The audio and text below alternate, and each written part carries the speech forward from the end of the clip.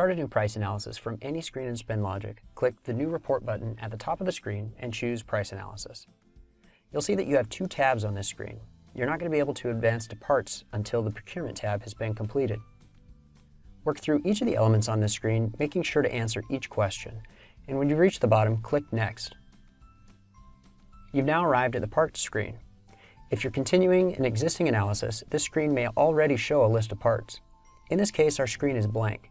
Since we want to create a services price analysis, click the Add Service button. Read the pop-up, and then click Add. You'll notice two things. First, a line with the description Services shows up. We'll come back to that in a minute. But second, you'll notice that the Add Service button is grayed out. Multiple services may be analyzed in a single report, but the method for doing so is by editing this single line. Let me show you what I mean. Click the Edit pencil on the Services line. You've now moved to the Rate Analysis tab. In the left-hand navigation, you'll see that you're on the Supplier Details step. Labor rates are localized by BLS Metropolitan Service Area, or MSA, which relies on zip codes. The zip code you see has been brought forward from the first tab when the supplier was added. If your supplier resides in one location while using workers in another, you can use the Override button to change the zip code. I'm going to leave it alone for right now. Choose the appropriate NAICS category for this purchase order and enter your analyzed profit rate. If you need to run a weighted guidelines, you can use the SpendLogic Weighted Guidelines calculator by clicking the link to the right. After entering details of your profit analysis, upload any supporting documentation and click Next. This moves you to the Rate Analysis step in the left-hand navigation. As noted previously, SpendLogic can analyze multiple labor rates at once, and this is the screen where that happens. You'll be entering a row of data for each labor category that you wish to analyze.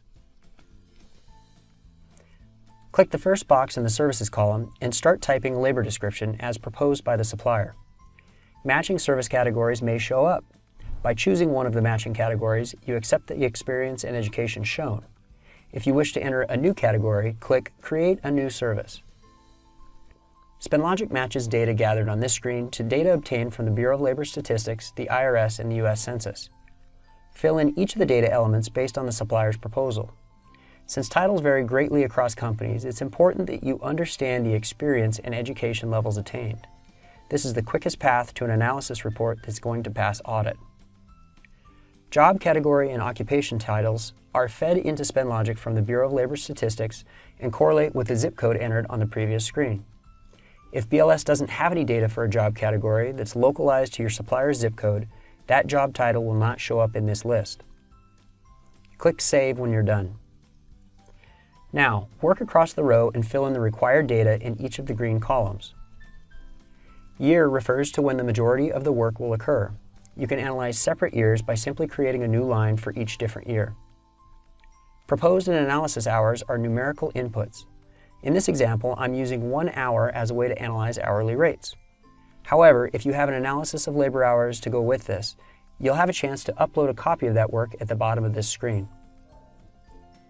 Proposed dollars per hour is the rate proposed by the supplier in their proposal.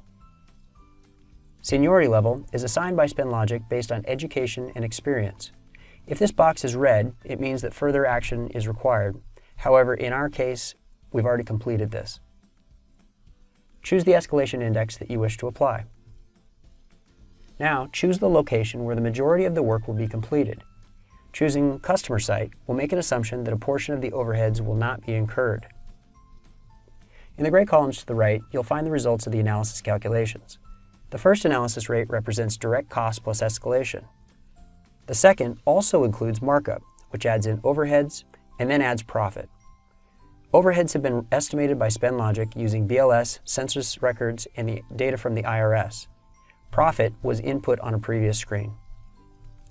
Below the table, you'll see a button to upload your hours analysis. It's recommended that you upload supporting documentation if you did do an hours analysis. Now click Continue.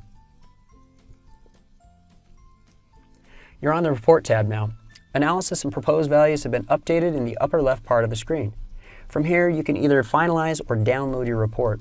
It's important to finalize as soon as you can because BLS indices are updated monthly, and until your report is finalized, it may be updated as escalation values change. This concludes our video. Thanks for watching. If you have questions on this or any other feature in SpendLogic, just visit spendlogic.com/help or email us at help@spendlogic.com.